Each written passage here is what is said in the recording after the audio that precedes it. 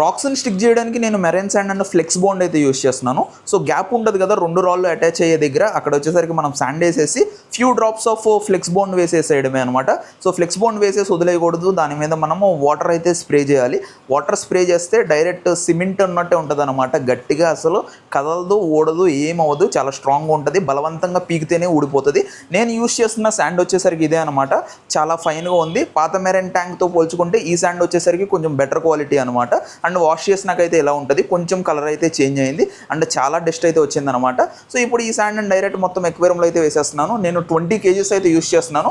Front వచ్చేసరికి 1 inch thickness పెట్టుకుంటున్నాను, back సైడ్కి వెళ్ళేసరికి 2 inch 3 inch వరకు వస్తుంది అనమాట. సో మధ్యలో 2 inch ఉంటుంది, బ్యాక్ సైడ్ కంప్లీట్గా 3 inches అయితే ఉంటుంది. బ్యాక్ సైడ్ ఏదైతే వ్రాస్ వెరైటీస్ ఉన్నాయో అవి శాండ్లో హైడ్ అవుతాయి కదా, సో మంచిగా అయితే బ్యాక్ సైడ్ ఎక్కువ మనం డెప్త్ ఇచ్చుకోవడం మూలంగా యూస్ అయితే ఉంటుంది అనమాట. అండ్ ఫైనల్గా చూడడానికి అయితే ఇలా ఉంది. అండ్ నెక్స్ట్ వీడియోలో వాటర్ ఫిల్ చేసేసి సాల్ట్ కూడా యాడ్ చేసేద్దాం.